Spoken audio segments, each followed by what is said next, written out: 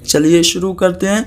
आज का हमारा पहला सवाल कहा जा रहा है कि मूल्यांकन को कैसा होना चाहिए।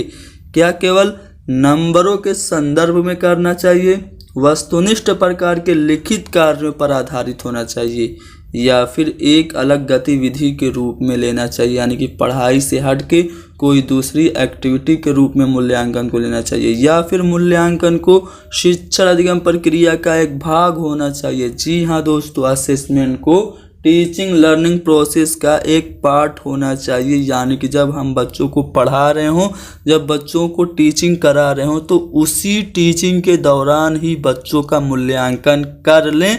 मूल्यांकन ऐसा होना चाहिए। तो यहाँ पे चौथा वाला ऑप्शन सही है। अगला जो सवाल है वो ये कि जब किसी कार्य को बार बार दोहराया जाता है तो अस्वाभाविक उद्दीपक भी वही प्रतिक्रिया देने लगता है जो स्वाभाविक उद्दीपक देता है। यह अधिगम का निम्नलिखित में से कौन सा सिद्धांत है। यहाँ पे 4 ऑप्शन है। पहला है प्रयास एवं त्रुटि का सिद्धांत, दूसरा है गेस्टाल्ट सिद्धांत, तीसरा है सामाजिक अधिगम का सिद्धांत और चौथा है शास्त्रीय अनुबंधन का सिद्धांत। तो इसका आंसर बताने से पहले मैं ये चाहता हूँ कि सभी ऑप्शन को डिस्कस कर दूँ। सबसे पहले मैं बात करता हूँ प्रयास एवं त्रुटि का सिद्धांत। इसको किसने दिया था? थॉर्नडाइक ने दिया था। थॉर्नडाइक ने प्रयास एवं त्रुटि का सिद्धांत दिया। इसका दूसरा नाम इन्होंने रखा SR थ्योरी। SR थ्योरी इसको कहते हैं, प्रयास एवं त्रुटि के सिद्धांत को। इसका एक और नाम है उद्दीपन अनुक्रिया का सिद्धांत। SR थ्योरी का ही हिंदी में अनुवाद है उद्दीपक अनुक्रिया का सिद्धांत, क्योंकि S मीन्स होता है स्टिमुलस और R मीन्स रिस्पॉन्स। इसको हिंदी में कहें तो उद्दीपक अनुक्रिया का सिद्धांत। इसी सिद्धांत का एक और नाम है संयोजनवाद का सिद्धांत। इसको ट्रायल एंड एरर थ्योरी कहते हैं। तो इसका जो प्रयोग किया थॉर्नडाइक ने किस पे किया था? बिल्ली पे किया था। बिल्ली पे थॉर्नडाइक ने प्रयोग किया और ये निष्कर्ष निकाला कि जब हम किसी भी काम को करते हैं, जब हम अधिगम के लिए कोशिश करते हैं, तो अधिगम की प्रक्रिया में गलती करना स्वाभाविक है। गलतियों से भी हम सीखते हैं। तो ये था थॉर्नडाइक का प्रयास एवं त्रुटि का सिद्धांत। दूसरा है गेस्टाल्ट सिद्धांत, जिसको हम लोग सूझ या अंतर्दृष्टि का सिद्धांत कहते हैं।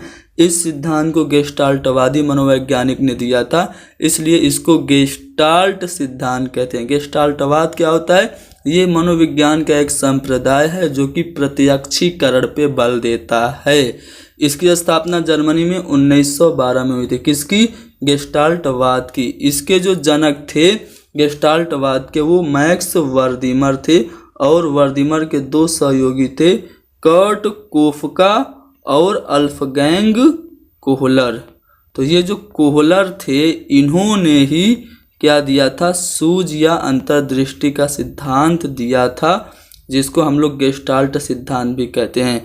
तो सूझ या अंतर्दृष्टि का सिद्धांत कोहलर ने दिया और इन्होंने जो प्रयोग किया था वो किस पे किया था? सुल्तान नामक चिंपैंजी पे इन्होंने प्रयोग किया था और प्रयोग करके ये निष्कर्ष निकाला कि अधिगम के लिए प्रत्यक्षीकरण जरूरी है, यानी कि समस्या का लर्नर के सामने होना जरूरी है। तो ये था गेस्टाल्ट सिद्धांत। अब बात करेंगे सामाजिक अधिगम के सिद्धांत की। तो इसको अल्बर्ट बंडूरा ने दिया था। सामाजिक अधिगम का सिद्धांत किसने दिया? बंडूरा ने दिया था और इन्होंने ये निष्कर्ष निकाला था अपने सिद्धांत में कि बच्चे फिल्मों में दिखाए गए हिंसात्मक व्यवहार को अपना सकते हैं। उसके बाद हम बात करेंगे शास्त्रीय अनुबंधन के सिद्धांत की।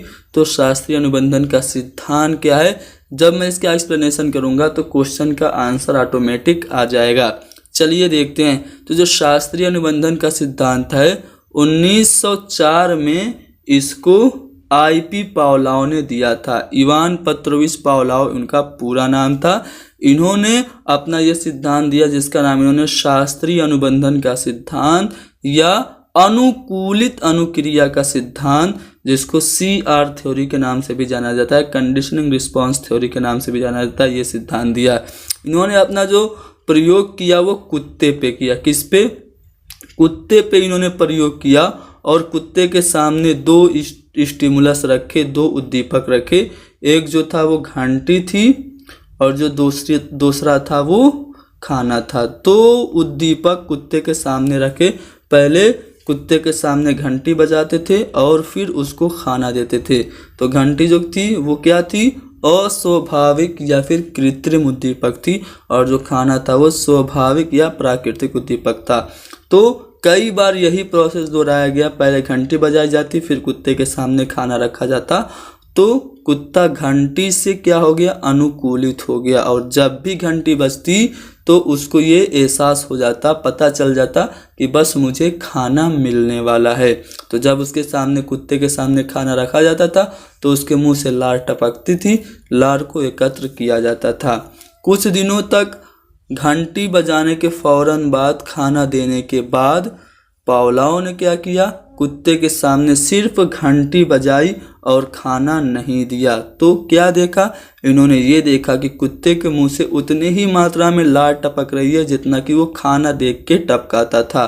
तो इस तरह से पावलोव ने अपने अनुकूलित अनुक्रिया का सिद्धांत या शास्त्रीय अनुबंधन के सिद्धांत से ये निष्कर्ष निकाला कि जब किसी कार्य को बार बार दोहराया जाता है तो अस्वाभाविक उद्दीपक भी वही प्रतिक्रिया देने लगता है जो स्वाभाविक उद्दीपक देता है। जैसे सिर्फ घंटी बजाने पे ही कुत्ते के मुंह से लार टपक रही है, इसका मतलब कि घंटी अस्वाभाविक उद्दीपक था और वो वही रिएक्शन कर रहा है जो खाना कर रहा था, यानी कि प्राकृतिक उद्दीपक कर रहा था।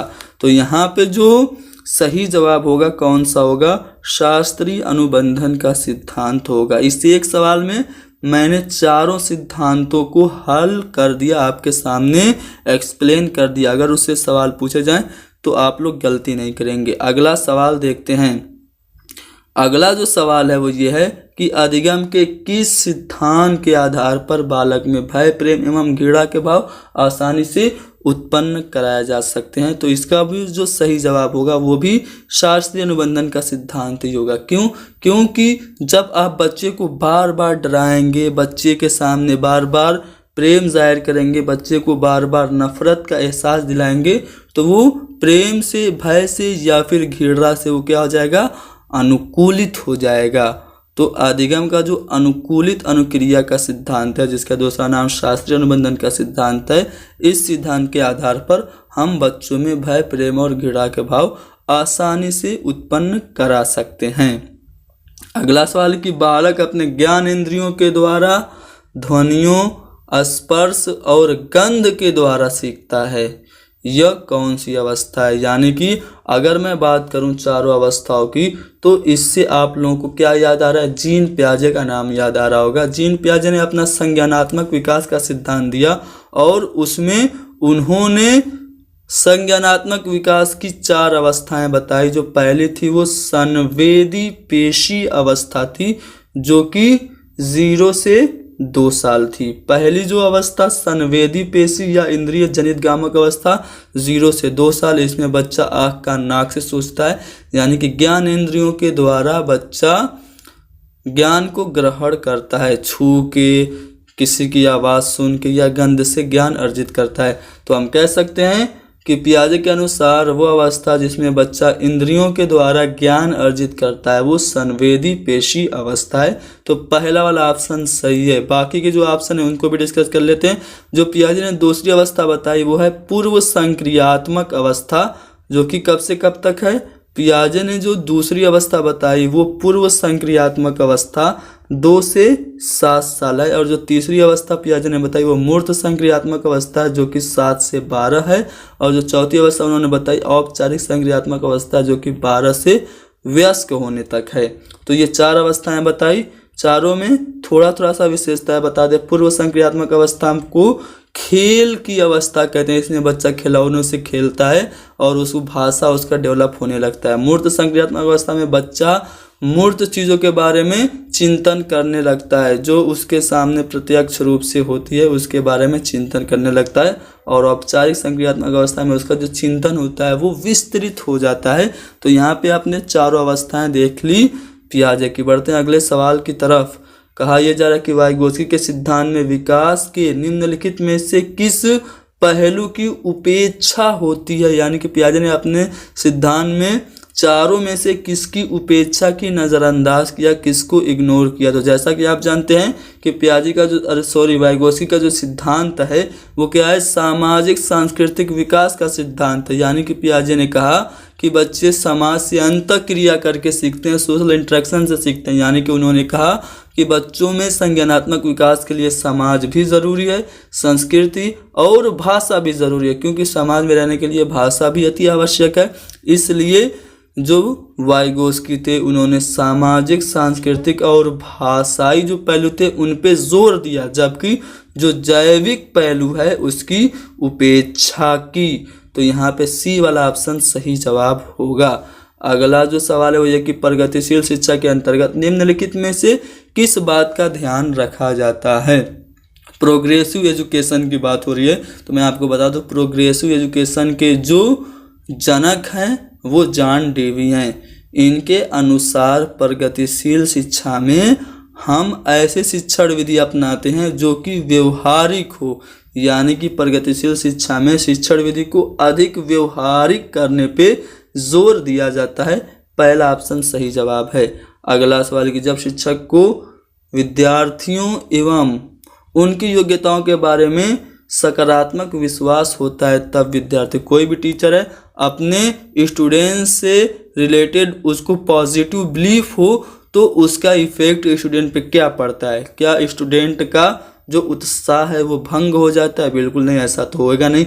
दूसरा ऑप्शन है किसी भी रूप से प्रभावित नहीं होता। जी नहीं, प्रभाव तो ज़रूर पड़ता है अगर पॉजिटिव बिलीफ टीचर रखता है बच्चों पे। तो होता क्या है, सीखने के लिए बच्चा उत्सुक और प्रेरित रहता है। आप खुद एज ए टीचर सोचिए, आप किसी भी बच्चे पे विश्वास करते हैं तो वो क्या करेगा? आपके विश्वास पे खरा उतरने की कोशिश करेगा, वो पढ़ने में दिलचस्पी लेगा, उत्सुक रहेगा और मोटिवेटेड रहेगा। तो यहाँ पे सी वाला जो ऑप्शन है सही जवाब है।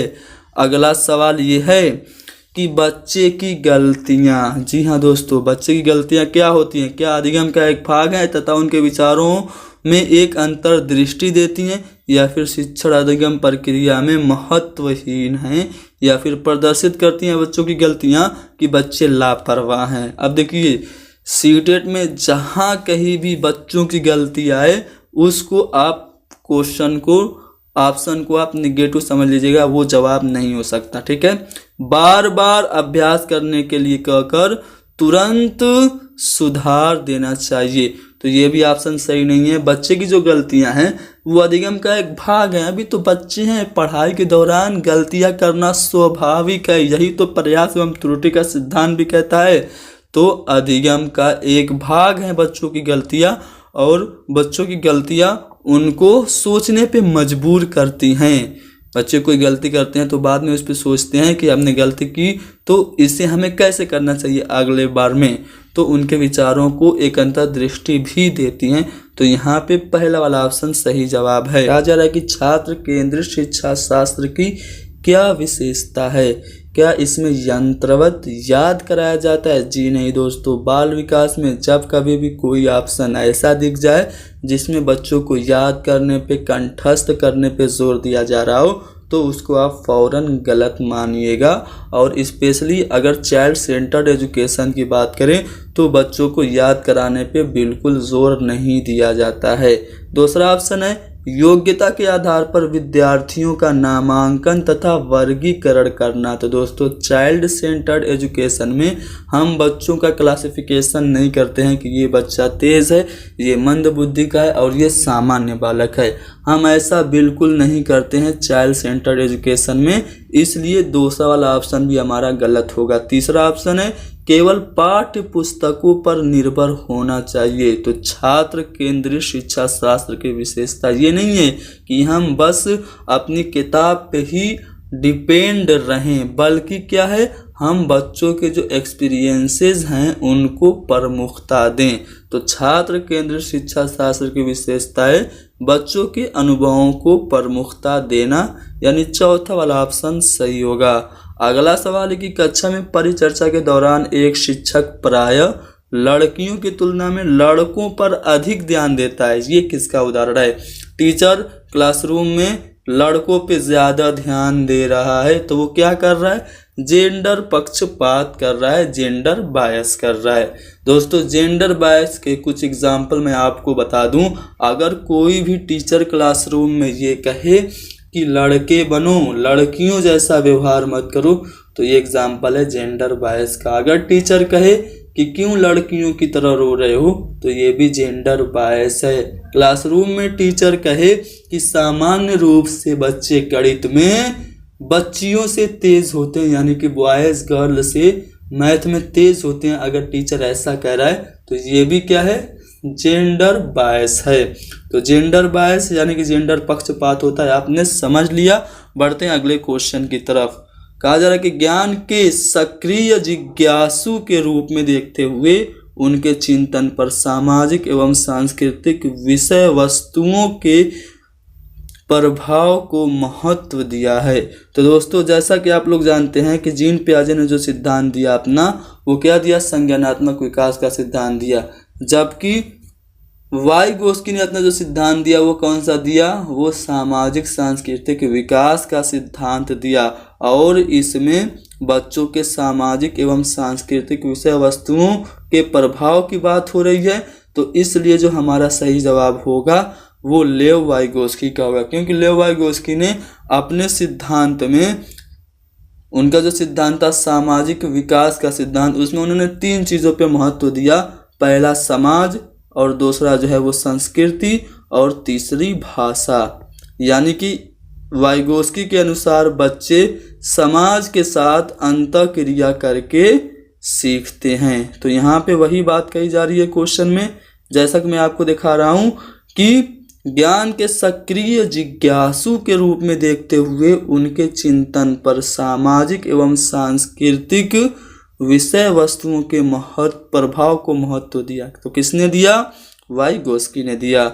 अगला जो सवाल है वो ये है कि निम्नलिखित में से कौन सी लॉरेंस कोलबर्ग के द्वारा प्रस्तावित नैतिक विकास की अवस्था है। तो दोस्तों जो लॉरेंस कोलबर्ग हैं उन्होंने अपना नैतिक विकास का सिद्धांत दिया, और उसमें जो नैतिक विकास की अवस्थाएं बताई वो 6 बताई, और स्तर उन्होंने बताए 3। पहला जो स्तर उन्होंने बताया वो था प्राक रूढ़िगत नैतिकता स्तर, जिसको हम लोग हिंदी में एक और नाम से जानते हैं, जिसका नाम है पूर्व परंपरागत स्तर। दूसरा जो स्तर उन्होंने बताया रूढ़िगत नैतिकता स्तर, जिसका दूसरा नाम परंपरागत नैतिकता स्तर है। और तीसरा इन्होंने स्तर बताया उत्तर रूढ़िगत नैतिकता का स्तर, जिसको हम लोग उत्तर परंपरागत नैतिकता स्तर या आत्म आंगीकृत नैतिकता स्तर कहते हैं। अगर मैं पहले स्तर की बात करूं, यानी कि प्राक रूढ़िगत नैतिकता स्तर की, तो ये 4 से 10 साल तक होता है, 4 से 10 साल तक होता है। जबकि जो दूसरा होता है रूढ़िगत नैतिकता स्तर, ये आपका 10 से 13 साल तक होता है। जबकि जो तीसरा स्तर होता है वो आपका 13 से लेकर के और ऊपर तक होता है, यानी कि 13 से ऊपर तक का जो स्तर होता है वो आपका उत्तर नैतिकता स्तर होता है। तो ये 3 स्तर कोलबर्ग ने बताए, लेकिन इन्होंने जो स्टेजेस बताएं, अवस्थाएं बताई, वो 6 बताई। पहली है आज्ञा एवं दंड की अवस्था, दूसरी अहंकार की अवस्था, तीसरी प्रशंसा की अवस्था, चौथी सामाजिक व्यवस्था के प्रति सम्मान की अवस्था, और 5वीं सामाजिक समझौते की अवस्था, और 6ठी विवेक की अवस्था। क्वेश्चन हमसे पूछा गया है कि कोलबर्ग के अनुसार जो एक चारों में से कौन सी एक अवस्था है जो कि उन्होंने दिया था। तो देखिए यहाँ पे जो चौथा ऑप्शन है सामाजिक अनुबंधन का सिद्धांत, इसको हम लोग सामाजिक समझौते की अवस्था भी कह सकते हैं। तो सामाजिक अनुबंधन का जो अभिन्यास है यही कोलबर्ग द्वारा प्रस्तावित नैतिक विकास की एक अवस्था है। तो चौथा वाला ऑप्शन हमारा सही जवाब होगा। अगला जो सवाल है वो ये कि निम्नलिखित में से कौन सा बुद्धिमान बच्चे का लक्षण नहीं है। तो दोस्तों जो बच्चा लंबे लंबे निबंधों को जल्दी से रट लेता है, ज़रूरी नहीं कि वो बुद्धिमान है, उसकी रटंत क्षमता ज़्यादा है लेकिन वो बुद्धिमान नहीं है। बुद्धिमान बच्चे की जो लक्षण है वो क्या है, वो परवाहपूर्ण और उचित तरीके से वो कम्युनिकेशन करने की क्षमता रखता हो, वो अमूर्त रूप से सोचने की क्षमता रखता हो। कोई भी चीज़ जो उसके सामने नहीं है उसके बारे में अगर बच्चा सोच रहा है तो वो क्या है, बुद्धिमान है। और वो नए परिवेश में अपने आप को आसानी से ढाल लेता है, समायोजित कर लेता है, तो भी वो बुद्धिमान बच्चा कहलाएगा। जबकि लंबे लंबे निबंधों को रटने की क्षमता रखने वाला बुद्धिमान बच्चे का लक्षण नहीं है। तो ए वाला ऑप्शन हमारा सही जवाब होगा। अगला सवाल कि सतत और व्यापक मूल्यांकन किस पर बल देता है, यानी कि कंटिन्यूअस एंड कम्प्रिहेंसिव एवेल्युएशन, जिसको हम लोग CCE कहते हैं, ये किस पर बल देता है।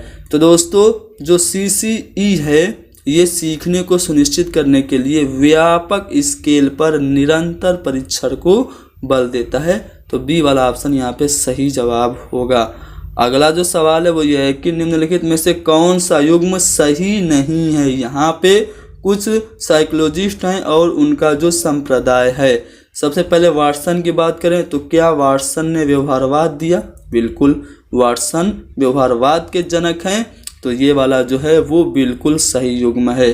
जॉन डेवी क्या संरचनावाद दिया? जी नहीं दोस्तों, संरचनावाद के जो जनक हैं विलियम वुंट हैं। जॉन डेवी ने प्रगतिशील शिक्षा दिया था और ये प्रयोजनवाद से संबंधित थे, इसलिए ये जो गलत होगा वो बी वाला ऑप्शन होगा, यानी कि ये युग्म सही नहीं है। तो हमारा जो ऑप्शन सही हो जाएगा वो बी वाला ऑप्शन हमारा जवाब होगा। बाकी ऑप्शन भी डिस्कस कर लेते हैं। जैसा कि आप जानते हैं कि जीन पियाजे ने संज्ञानात्मक विकास का सिद्धांत दिया, इसलिए ये युग्म सही है। मैक्स वर्दिमर जो हैं वो गेस्टाल्टवाद के जनक हैं, इसलिए ये भी आपका सही है। गेस्टाल्टवाद के बारे में मैं आपको बता दूं, इसकी स्थापना जर्मनी में 1912 में हुई। इसके जो जनक थे वो मैक्स वर्दिमर थे और मैक्स वर्दिमर के दो साथी थे, कर्ट कोफका और अल्फगैंग कोहलर। कोहलर यही थे जिन्होंने सूझ या अंतर्दृष्टि का सिद्धांत दिया था सुल्तान नामक चिंपैंजी पे प्रयोग करके। तो यहाँ पे इन चारों में कौन सा युग्म गलत है? तो यहाँ पे जॉन डेवी का जो संरचनावाद के साथ दिया है ये गलत है, क्योंकि जॉन डेवी जो है वो प्रयोजनवाद से संबंधित हैं और प्रगतिशील शिक्षा के जनक हैं। अगला सवाल कि यदि बच्चे फेल होते हैं तो वो दर्शाते हैं। क्लासरूम में कोई भी बच्चा फेल हो गया तो वो क्या दर्शाता है? क्या वो अपनी असफलता को दर्शाता है, स्कूल की असफलता को दर्शाता है, या फिर परिवार की असफलता को, या फिर समाज की असफलता को? तो दोस्तों अगर कोई भी बच्चा फेल हुआ इसका मतलब क्या हुआ? स्कूल फेल हुई, व्यवस्था फेल हुई, सिस्टम फेल हुआ। ज़रूर सिस्टम में कोई गड़बड़ी थी, स्कूल ने उसको सही से पढ़ाया नहीं, इसीलिए बच्चा फेल हुआ। तो बच्चा फेल होता है तो वो स्कूल की असफलता को दर्शाता है। इसके विचार से बच्चे सक्रिय ज्ञान निर्माता तथा नन्हे वैज्ञानिक हैं जो संसार के बारे में अपने सिद्धांतों की रचना करते हैं। तो दोस्तों ये जो विचार है वो जीन पियाजे का है। जीन पियाजे ने ये कहा कि बच्चे दुनिया के बारे में ज्ञान का सृजन स्वयं करते हैं। बच्चों को नन्हा वैज्ञानिक जीन पियाजे ने कहा और उनको सक्रिय ज्ञान निर्माता कहा। अगर मैं पियाजे की बात करूं तो पियाजे ने अपना संज्ञानात्मक विकास का सिद्धांत दिया और उसमें उन्होंने विकास की 4 अवस्थाएं बताई। पहली जो अवस्था इन्होंने बताई वो संवेदी पेशी अवस्था बताई, जिसको हम लोग इंद्रिय जनित गामक अवस्था भी कहते हैं। ये अवस्था 0 से 2 साल है। इसमें बच्चा ज्ञान इंद्रियों के द्वारा ज्ञान को अर्जित करता है, यानी कि आँख, कान, नाक, मुंह से ज्ञान अर्जित करता है। दूसरी जो अवस्था जीन पियाजे ने बताई वो पूर्व संक्रियात्मक अवस्था है। पूर्व संक्रियात्मक अवस्था में इन्होंने ये बताया कि बच्चे जो होते हैं उनमें वस्तु अस्थायित्व आ जाता है और वो भाषा और संप्रेषण करना शुरू कर देते हैं। पूर्व संक्रियात्मक अवस्था को खेल की अवस्था कहा गया। जीन पियाजे ने जो संज्ञानात्मक विकास की तीसरी अवस्था बताई वो थी मूर्त संक्रियात्मक अवस्था। मूर्त संक्रियात्मक अवस्था में इन्होंने ये बताया कि इस अवस्था में बच्चे किसी भी चीज़ के बारे में जो उनके सामने होती है मूर्त चिंतन करने लगते हैं, यानी कि तार्किक चिंतन इसी अवस्था से शुरू होता है, लेकिन अमूर्त चीज़ों के बारे में ये चिंतन बच्चे नहीं कर पाते हैं। तो ये जो अवस्था है वो 7 से 12 साल है, जबकि जो दूसरी अवस्था पियाजे ने बताई थी वो 2 से 7 साल बताई थी। चौथी अवस्था जीन पियाजे के अकॉर्डिंग जो है वो है औपचारिक संक्रियात्मक अवस्था। औपचारिक संक्रियात्मक अवस्था में बच्चे में जो चिंतन होता है वो वस्तुनिष्ठ हो जाता है, उसका सोचने समझने की क्षमता बढ़ जाती है। तो ये 4 अवस्था पियाजे ने बताई। पियाजे के अनुसार बच्चे ज्ञान को खुद सृजन करते हैं। तो पियाजे के बारे में आपने जान लिया, बाकी के ऑप्शन भी डिस्कस कर देते हैं। सबसे पहले पावलोव की बात करें तो इनका पूरा नाम इवान पेट्रोविच पावलोव है। इन्होंने CR थ्योरी यानी कि कंडीशनिंग रिस्पॉन्स थ्योरी दिया, जिसको हिंदी में हम लोग अनुकूलित अनुक्रिया का सिद्धांत या शास्त्रीय अनुबंधन का सिद्धांत कहते हैं। इन्होंने अपने इस सिद्धांत को देने के लिए प्रयोग जो किया था वो कुत्ते पे किया था। इन्होंने कुत्ते के सामने 2 उद्दीपक रखे, खाना और घंटी। पहले कुत्ते के सामने घंटी बजाई, फिर उसके सामने खाना रखा। तो ये देखा गया कि कुत्ता घंटी और खाना दोनों से अनुकूलित हो गया, यानी कि घंटी बजने पे जब खाना दिया जाता था उसके सामने रखा जाता तो वो खाना देख के लार टपकाता था। कुछ दिनों के बाद इन्होंने पावलोव ने ये किया कि कुत्ते के सामने सिर्फ अस्वाभाविक उद्दीपक यानी कि घंटी ही बजाई और उसको खाना नहीं दिया, फिर भी कुत्ते के मुंह से उतनी ही मात्रा में लार टपकी जितना खाना देख के कुत्ता टपकाता था। इस प्रकार पावलोव ने अपने इस प्रयोग शास्त्रीय अनुबंधन के सिद्धांत या अनुकूलित अनुक्रिया के सिद्धांत से ये निष्कर्ष निकाला कि बच्चों में क्या होता है, जब हम उनको अस्वाभाविक उद्दीपक को बार बार दोहराते हैं तो वो वही प्रतिक्रिया देने लगता है जो स्वाभाविक उद्दीपक देता है। तो ये था पावलोव का सिद्धांत। पावलोव के बाद हम युंग के बारे में भी जान लेते हैं। इन्होंने व्यक्तित्व का वर्गीकरण किया। कितने भाग में इन्होंने व्यक्तित्व को बांटा? 3 भाग में। पहला जो इन्होंने कहा वो अंतर्मुखी व्यक्तित्व, दूसरा इन्होंने बताया बहिर्मुखी व्यक्तित्व और तीसरा इन्होंने जो बताया वो उभयमुखी व्यक्तित्व बताया। अब तीनों के बारे में मैं थोड़ा सा बता दूं। अंतर्मुखी व्यक्तित्व वाला बालक जो होता है वो चिंतनशील होता है, एकांत प्रिय होता है, अपने विचारों को दूसरों तक नहीं जाने देता, यानी कि दूसरों के सामने वो बात करने से हिचकिचाता है। जबकि बहिर्मुखी वाला जो व्यक्तित्व वाला जो बालक होता है वो बहुत ही बातूनी होता है, जो उसके मुंह में आता है वो बोल देता है, हर परिस्थिति में वो घुल मिल जाता है। जबकि उभयमुखी व्यक्तित्व वाले बालक अंतर्मुखी और बहिर्मुखी दोनों गुणों से क्या होते हैं? ग्रसित होते हैं, यानी कि इनमें दोनों गुण पाए जाते हैं। तो युंग के अनुसार व्यक्तित्व का वर्गीकरण भी आपने जान लिया। स्किनर की बात करें तो इनका नाम BF स्किनर था। इन्होंने अधिगम का बहुत ही महत्वपूर्ण सिद्धांत दिया जिसका नाम है क्रिया प्रसूत अनुबंधन का सिद्धांत। इन्होंने प्रयोग चूहे और कबूतर पे किया था। तो चारों ऑप्शन डिस्कस कर लिया। बढ़ते हैं अगले सवाल की तरफ। कहा जा रहा है कि निम्नलिखित में से कौन सा एक सही मिलान वाला जोड़ा है? 4 जोड़ा है।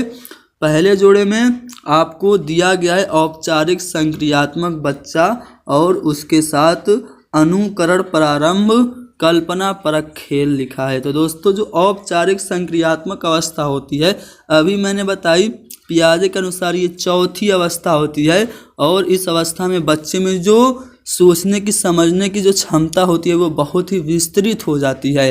अनुकरण के द्वारा इस अवस्था में बच्चा नहीं सीखता है, इसलिए ये वाला जोड़ा गलत हो जाएगा। दूसरे जोड़े की मैं बात करूं तो शैशवावस्था के साथ ये कहा गया कि तर्क का अनुप्रयोग और अनुमान लगाने में सक्षम होता है, तो ऐसी बात बिल्कुल नहीं है। शैशवावस्था 0 से 5 साल ही होती है। अगर मैं पियाजे के अकॉर्डिंग देखूं संवेदी पेशी अवस्था वो 0 से 2 ही साल है, तो 2 साल में बच्चे में तर्क करने की क्षमता नहीं आती है, इसलिए ये वाला ऑप्शन भी, ये वाला जोड़ा भी गलत हो जाएगा। तीसरे जोड़ा की बात करें तो पूर्व संक्रियात्मक अवस्था है। पूर्व संक्रियात्मक अवस्था 2 से 7 साल होती है। ये खेल की अवस्था होती है। इस अवस्था में बच्चे में वस्तु स्थायित्व आ जाता है। इसमें बच्चा निगमनात्मक विचार नहीं रखता है। निगमनात्मक विचार तो बच्चे को औपचारिक संक्रियात्मक अवस्था में आता है, इसलिए ये वाले ऑप्शन भी गलत हो जाएगा। जब 3 गलत तो चौथा सही हो जाएगा। क्यों सही होगा? क्योंकि जो मूर्त संक्रियात्मक बच्चा होता है, पियाजे के अकॉर्डिंग वो क्या करता है, सही गलत में भेद करना सीख जाता है। ठीक है, समय बताने लगता है, उचित अनुचित पहचानने लगता है, यानी कि वो साधारण और वर्गीकरण करना सीख जाता है। तो यहाँ पे पियाजे के अकॉर्डिंग जो चौथा वाला, जो यहाँ पे पियाजे के अकॉर्डिंग जो मूर्त संक्रियात्मक अवस्था है, उसमें ये पता चला कि बच्चे में वर्गीकरण करने की क्षमता आ जाती है। तो इसलिए हम यहाँ पे चौथे वाले ऑप्शन को सही मानेंगे। अगला सवाल है कि एक बच्ची कहती है धूप में कपड़े जल्दी सूख जाते हैं, वो डैश की समझ को प्रदर्शित कर रही है। अगर बच्ची कह रही है कि धूप में कपड़े जल्दी सूख रहे हैं, तो वो किस समझ को प्रदर्शित कर रही है? तो वो कार्य और कारण के समझ को प्रदर्शित कर रही है। अगला जो सवाल है ये कि भारत में अधिकांश कक्षाएं बहुभाषी होती हैं, मल्टीलिंग्विस्टिक होती हैं। इसे एज ए टीचर हमें किस रूप में देखना चाहिए? क्या ये समस्या है बहुभाषा होना कक्षाएं, या फिर संसाधन है, बाधा या परेशानी है? तो दोस्तों जो कक्षाएं हैं अगर बहुभाषी हैं तो इसको हमें एक संसाधन के रूप में देखना चाहिए। बी वाला ऑप्शन सही है। अगला सवाल है कि वाइगोस्की के अनुसार बच्चे सीखते हैं। तो दोस्तों वाइगोस्की ने जो अपना सिद्धांत दिया वो सोशियो कल्चरल डेवलपमेंट थ्योरी दिया, यानी सामाजिक सांस्कृतिक विकास का सिद्धांत। तो वाइगोस्की ने अपने सिद्धांत में 3 चीज़ों पे बल दिया, समाज, संस्कृति और भाषा। समाज, संस्कृति और भाषा, ये 3 चीज़ पे इन्होंने बल दिया और कहा कि बच्चे समाज से अंतःक्रिया करके सीखते हैं। और साथ ही साथ इन्होंने कहा कि वयस्कों और समवयस्कों के साथ बच्चे परस्पर क्रिया करके सीखते हैं, इसलिए सी वाला ऑप्शन सही होगा।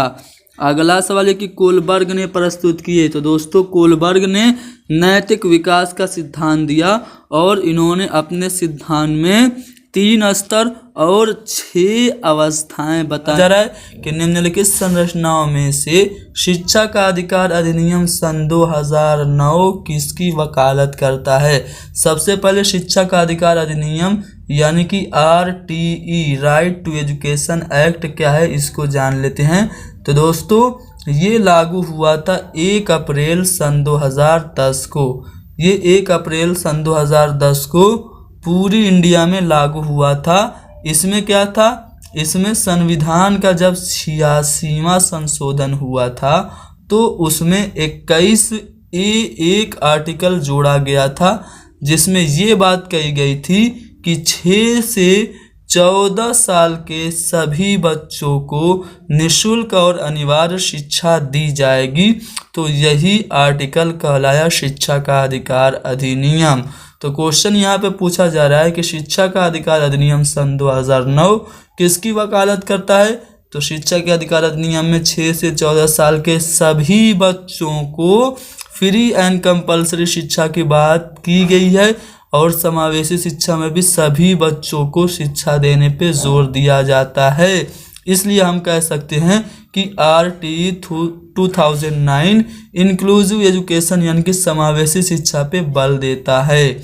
अगला सवाल देखते हैं। कहा जा रहा है कि वाइगोस्की के अनुसार जब एक वयस्क बच्चे के निष्पादन के वर्तमान स्तर को सहयोग द्वारा विस्तारित करता है तो इसे क्या कहते हैं? यानी कि जब एक बड़ा किसी छोटे बच्चे को सहयोग देता है तो इसको क्या कहते हैं?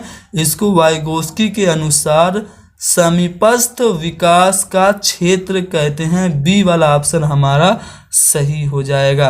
दोस्तों वाइगोस्की की बात करें तो इनके सिद्धांत का नाम है सोशियो कल्चरल डेवलपमेंट थ्योरी, यानी कि सामाजिक सांस्कृतिक विकास का सिद्धांत। इसमें इन्होंने 3 चीज़ों पे बहुत ही ज़्यादा बल दिया। 3 चीज़ें कौन कौन थी जिस पर वाइगोस्की ने बल दिया? मैं आपको बता दूं। पहला जो था वो समाज था, दूसरा जो था वो संस्कृति और तीसरी भाषा। इन 3 चीज़ों पे वाइगोस्की ने बल दिया और वाइगोस्की ने ये बताया कि बच्चे समाज से अंतःक्रिया करके सीखते हैं। तो यहाँ पे वाइगोस्की ने ये भी बात बताई कि जब कोई वयस्क किसी बच्चे को सहायता देता है तो वो समीपस्थ विकास का क्षेत्र कहलाता है। अगला सवाल यह है कि एक बच्चा खिड़की के सामने से एक कौवे को उड़ता हुआ देखता है और कहता है एक पक्षी। इससे बच्चे के विचार के बारे में क्या पता चल रहा है? बच्चा किसी कौवे को उड़ते हुए देखता है और उसे कहता है अरे ये तो पक्षी है, एक पक्षी है। तो बच्चे के विचार के बारे में यहाँ पे कुछ कथन हैं। इन कथन में से कौन से कथन सही हैं? तो पहला है बच्चे की स्मृति पहले से भंडारित है। जी हाँ दोस्तों, सही बात है। वो कौवे को देख के कह रहा है एक पक्षी, यानी कि कौवे और पक्षी से संबंधित उसकी मेमोरी पहले से भरी हुई है, इसलिए पहला वाला जो स्टेटमेंट है सही है। दूसरा स्टेटमेंट कि बच्चे में पक्षी का प्रत्यय विकसित हो चुका है। कौवा को देख के वो बर्ड का जो कंसेप्ट होता है, पक्षी का जो प्रत्यय होता है, उसको उसने कौवे को देख के बोल दिया एक पक्षी, यानी कि उसके जो पक्षी का प्रत्यय है वो डेवलप कर चुका है, तो इसलिए ये वाला भी स्टेटमेंट सही है। तीसरा है बच्चे ने अपने अनुभव बताने के लिए भाषा के कुछ उपकरणों का विकास कर लिया है। बिल्कुल विकास कर लिया है भाषा के उपकरणों का, तभी तो उसने कौवे को देख के बोला एक पक्षी, यानी कि भाषा के उपकरणों का उसने विकास कर लिया है। तो इस तरह से अगर हम लोग देखें तो यहाँ पे जो तीसरा वाला ऑप्शन है 1, 2 और 3, यानी सी वाला ऑप्शन सही जवाब होगा। अगला सवाल कि लिंग है, तो दोस्तों लिंग क्या है? लिंग सामाजिक संरचना है। समाज ही ये बनाता है मानदंड कि ये लड़का है, ये लड़की है, इसको ऐसे कपड़े पहनने चाहिए, इसको बाहर घर से नहीं निकलना चाहिए। तो लिंग का जो निर्धारण कर रहा है वो समाज कर रहा है, इसलिए लिंग सामाजिक संरचना है। अगला सवाल है कि व्यक्तियों में एक दूसरे से भिन्नता क्यों होती है? व्यक्तियों में इंडिविजुअल डिफरेंसेस क्यों होता है? क्या जन्मजात विशेषताओं के कारण होता है? जी नहीं दोस्तों। क्या प्रत्येक व्यक्ति को उसके माता पिता से जीनों का भिन्न भिन्न समुच्चय प्राप्त होता है, इसलिए क्या वातावरण के प्रभाव के कारण होता है? तो ये भी गलत है। व्यक्तियों में जो इंडिविजुअल डिफरेंसेस होती हैं वो वंशानुक्रम और वातावरण के बीच अन्योन्य क्रिया के कारण होती है। तो यहाँ पे बी वाला ऑप्शन हमारा सही जवाब है। अगला सवाल कि कोई 5 साल की लड़की एक टी शर्ट को तह करते हुए अपने आप से बात करती है। लड़की द्वारा प्रदर्शित व्यवहार के संदर्भ में कौन सा कथन सही है? देखिए दोस्तों, जब भी कोई बच्चा अपने आप में बात करता है तो पियाजे इसे अहम केंद्रिता कहते हैं, जबकि वाइगोस्की इसे निजी भाषा कहते हैं। तो इसलिए अगर मैं ध्यान दूं बी वाले ऑप्शन की, तो पियाजे किसी बच्चे का टी शर्ट तय करते हुए बात करने को क्या कहेंगे? अहम केंद्रिता कहेंगे। और वाइगोस्की इसकी व्याख्या बच्चे के द्वारा निजी भाषा से अपनी क्रियाओं को नियमित करने के प्रयासों के रूप में करेंगे। तो यहाँ पे बी वाला ऑप्शन हमारा सही हो जाएगा। ध्यान दीजिएगा दोस्तों, कभी भी बच्चा अपने आप में अगर बात कर रहा है किसी भी काम को करते हुए, तो पियाजे के अकॉर्डिंग वो अहम केंद्रिता है, जबकि वाइगोस्की के अनुसार वो प्राइवेट स्पीच है। कहा जा रहा है कि जटिल परिस्थिति को संसाधित करने में शिक्षक बच्चों की सहायता कर सकता है। जो मुश्किल सिचुएशंस हैं उनको आसान बनाने के लिए टीचर बच्चों की मदद कैसे करेगा?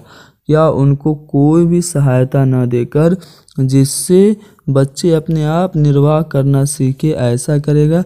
यानी कि बच्चों को कोई हेल्प ही नहीं देगा और बच्चों को सेल्फ डिपेंडेंट बनाएगा, या फिर उस पर एक भाषण स्पीच देकर, या फिर जटिल परिस्थिति को एक टीचर बच्चों के लिए संसाधित करेगा। कार्य को छोटे हिस्सों में बांटने के बाद निर्देश लिखकर या प्रतियोगिता को बढ़ावा देकर, और सबसे पहले कार्य पूरा करने वाले बच्चे को पुरस्कार देकर।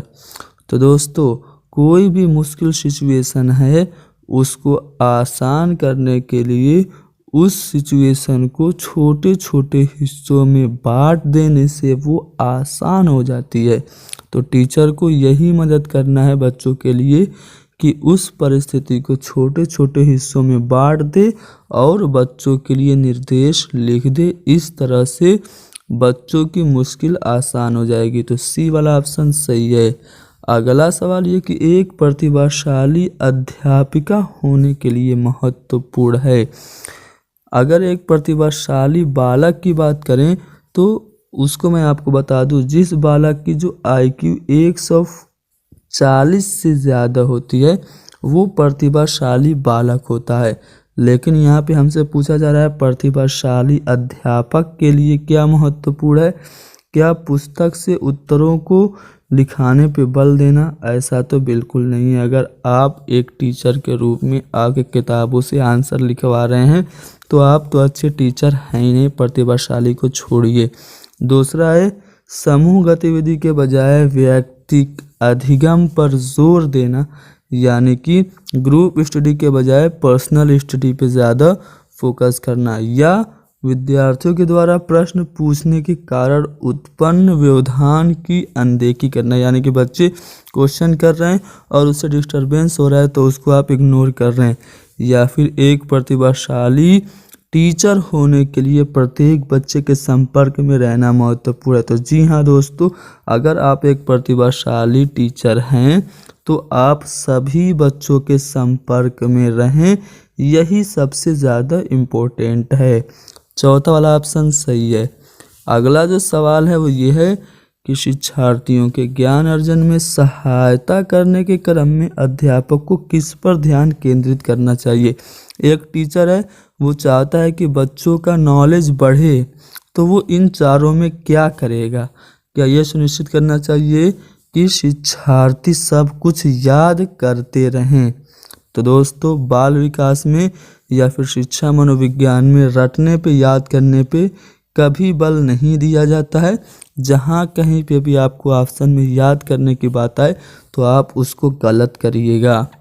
दूसरा है शिक्षार्थी के द्वारा प्राप्त किए गए अंक ग्रेडों पर, तो अंक और ग्रेड देने पे, बच्चों को जज करने पे भी मनोविज्ञान बल नहीं देता है। दूसरा है शिक्षार्थी को सक्रिय सहभागिता के लिए शामिल करना। जी हाँ दोस्तों, अगर आप चाहते हैं कि बच्चों का ज्ञान अर्जन में सहायता करें तो आपको चाहिए कि बच्चों को सक्रिय सहभागिता के लिए शामिल करें, खुद से उनको करके सीखने के लिए प्रेरित करें। तो इस तरह से बच्चों के ज्ञान में अर्जन होगा। तो सी वाला ऑप्शन सही है। अगला जो सवाल है वो ये है कि NCF 2005 यानी कि नेशनल करिकुलम फ्रेमवर्क 2005 के अनुसार गलतियां इस कारण से महत्वपूर्ण हैं। गलतियां को भी इम्पोर्टेंट मान रहा है NCF। किस कारण से मान रहा है? क्या यह इसलिए मान रहा है कि विद्यार्थियों को उत्तीर्ण एवं अनुत्तीर्ण समूह में वर्गीकृत करने के लिए महत्वपूर्ण उपकरण है? जी नहीं, ऐसा बिल्कुल नहीं। आगे देखते हैं। कहा जा रहा है कि यह अध्यापक को बच्चों को डांटने के लिए एक तरीका उपलब्ध कराती है। तो NCF बच्चों को डांटने के लिए कहती ही नहीं है, तो इसलिए ये वाला ऑप्शन भी गलत हो जाएगा। ये बच्चे के विचार की अंतर्दृष्टि उपलब्ध कराती है तथा समाधानों को पहचानने में सहायता करती है। जी हाँ दोस्तों, जब अधिगम प्रक्रिया के दौरान बच्चे गलतियां करते हैं तो ये तो स्वाभाविक है। इससे बच्चे के विचार की अंतर्दृष्टि का पता चलता है और इससे हम उसकी प्रॉब्लम को समझते हैं। इस तरह से ये सी वाला ऑप्शन जो है वो सही हो जाएगा। दोस्तों, अगर मैं सी वाले ऑप्शन की बात करूं तो ये जो ऑप्शन है वो थॉर्नडाइक के SR थ्योरी यानी कि ट्रायल एंड एरर थ्योरी जो थॉर्नडाइक का है, प्रयास एवं त्रुटि का सिद्धांत, उसी सिद्धांत का निष्कर्ष है ये सी वाला ऑप्शन। थॉर्नडाइक अपना प्रयोग बिल्ली पे करते हुए क्या कह रहे हैं कि जब अधिगम हम बच्चों को कराते हैं तो अधिगम के दौरान बच्चों का गलतियां करना स्वाभाविक है और वो गलतियों से सीखते हैं और अंत में गलतियां करना छोड़ देते हैं। यही NCF भी कह रहा है कि बच्चे अगर गलतियां कर रहे हैं तो गलतियां उनकी विचार की अंतर्दृष्टि होती हैं। इससे हम लोग ये पता लगाते हैं कि बच्चे को किस क्षेत्र में प्रॉब्लम है, उसमें दिक्कत कहाँ से आ रही है और उस दिक्कत को हम दूर कर सकते हैं एज ए टीचर। अगला सवाल कि आउट ऑफ द बॉक्स चिंतन किसे कहते हैं? तो दोस्तों जो अपसारी चिंतन होता है उसको हम आउट ऑफ द बॉक्स कहते हैं, यानी कि किसी भी प्रॉब्लम को सॉल्व करने के लिए बहुत सारे तरीके अपनाना, यही अपसारी चिंतन होता है। ऐसा चिंतन जिसमें हम किसी भी विषय वस्तु के बारे में भिन्न भिन्न प्रकार से सोचते हैं उसे हम अपसारी चिंतन कहते हैं। आसान शब्दों में कहा जाए तो अपसारी चिंतन एक ऐसा चिंतन है जिसमें व्यक्ति एक ही समस्या के समाधान के लिए भिन्न भिन्न विधियों के द्वारा विचार करता है, यानी कि एक ही प्रॉब्लम को सॉल्व करने के लिए विभिन्न मेथड्स यूज़ करता है। तो ये अपसारी चिंतन है। अभिसारी चिंतन क्या होता है वो भी मैं आपको बता दूं। तो दोस्तों जो अभिसारी चिंतन होता है किसी भी समस्या को सॉल्व करने के लिए जो सबसे उत्तम यानी कि जो सबसे बेस्ट जो तरीका होता है, जिस तरीके से हम करेंगे और उस तरीके को सोचना, वही क्या है? अभिसारी चिंतन है। यानी किसी प्रॉब्लम को सॉल्व करने के लिए सबसे अच्छा तरीका सोचना अभिसारी चिंतन है। तो अपसारी और अभिसारी चिंतन आपने समझ लिया। इम्पोर्टेंट है ये क्वेश्चन, जब आता है क्वेश्चन इस रिलेटेड अभिसारी और अपसारी से, तो हम गलती इसीलिए कर देते हैं क्योंकि हमें ये पता नहीं होता है। तो मैंने कोशिश किया कि अपसारी और अभिसारी चिंतन क्या होता है आपको बता दूं। उम्मीद करता हूँ समझ में आया होगा। बढ़ते हैं अगले सवाल की तरफ। कहा जा रहा है कि अधिगम अनुभव को इस प्रकार से आयोजित किया जाना चाहिए जिससे कि अधिगम को सार्थक बनाया जा सके। नीचे दिए गए अनुभव में से कौन सा बच्चों के लिए सार्थक अधिगम को सुगम नहीं बनाता है? अब देखिए, अधिगम को सुगम बनाने के लिए यहाँ पे 4 विधियाँ दी हैं। इनमें से किससे अधिगम सुगम नहीं होता है? तो पहला है विषय वस्तु को केवल याद करने के आधार पर पुनरावृत्ति। अब देखिए पहले ही ऑप्शन में याद करना आ गया, और याद करना, रटना, कंठस्थ करना, ये सब जहाँ कहीं पे भी आए और केवल भी आए तो आपको फ़ौरन उसको निगेटिव समझना है और हमें क्वेश्चन में नहीं कहा जा रहा है।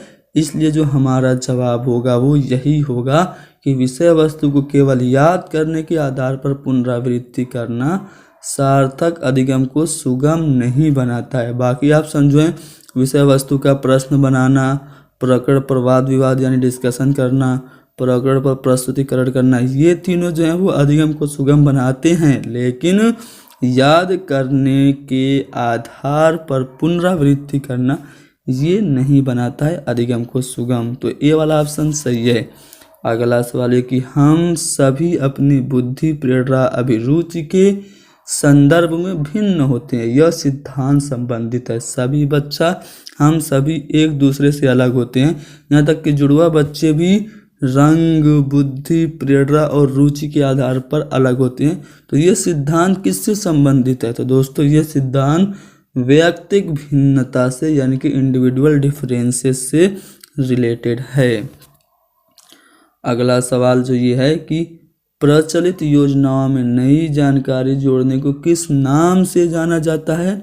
तो दोस्तों जो प्रचलित जानकारी है उसमें नई जानकारी को जोड़ना आत्मसात्करण कहलाता है। ये पियाजे की थ्योरी से रिलेटेड क्वेश्चन है। आत्मसात्करण, उम्मीद करता हूँ कि दोस्तों ये सवालात आपको समझ में आ गए होंगे। सीटेट के पॉइंट ऑफ व्यू से बहुत ही इम्पोर्टेंट है। इस वीडियो को आप लोग ज़्यादा से ज़्यादा शेयर करें और हमारे चैनल को ज़रूर सब्सक्राइब करें। MM अली को अनअकैडमी पे ज़रूर फॉलो करें।